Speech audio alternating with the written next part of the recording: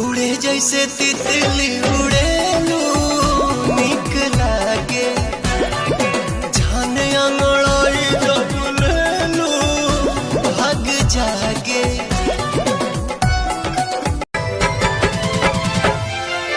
जी अब नहीं तोहरा बिन हम सुना ये रानी तोहरा नाम कदी हमें सारी जिंदगानी सभ्यता देखो ना वीडियो बनावेले बुढ़ाऊ काका हो मुंह चटकावेले पागल सबके ई चाल कोइले बा देखो तानी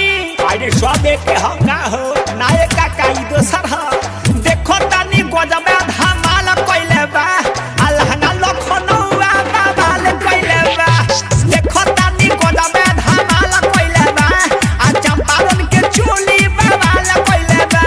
ओ देखो कैसे बोलाई तो के नइखे आवाज हमारा बोलिया में तो छोड़ के जात बाड़ू जा कैसे होठवा तोहार जैसे भोर के किरनिया अखिया में प्यार के समाइल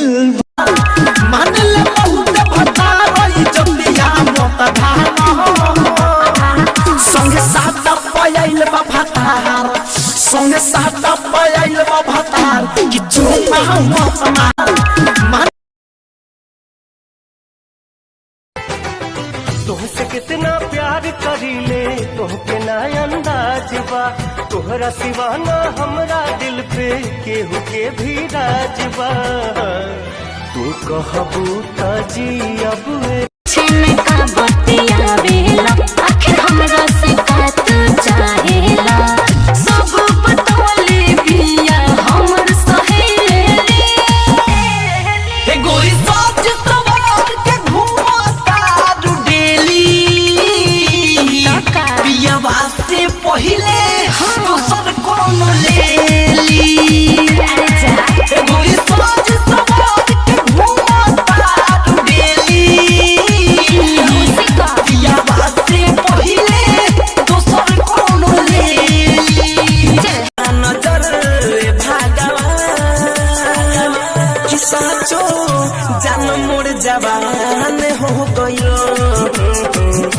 लगे ना नजर भगवान कि साचो जान मोर जवान हो गयो जवान हो गयो हो जान जवान हो गयो लागत दोसरे पलू भागल राजा जी आ होलिया में काहे घर ना आइल राजा जी होलिया में काहे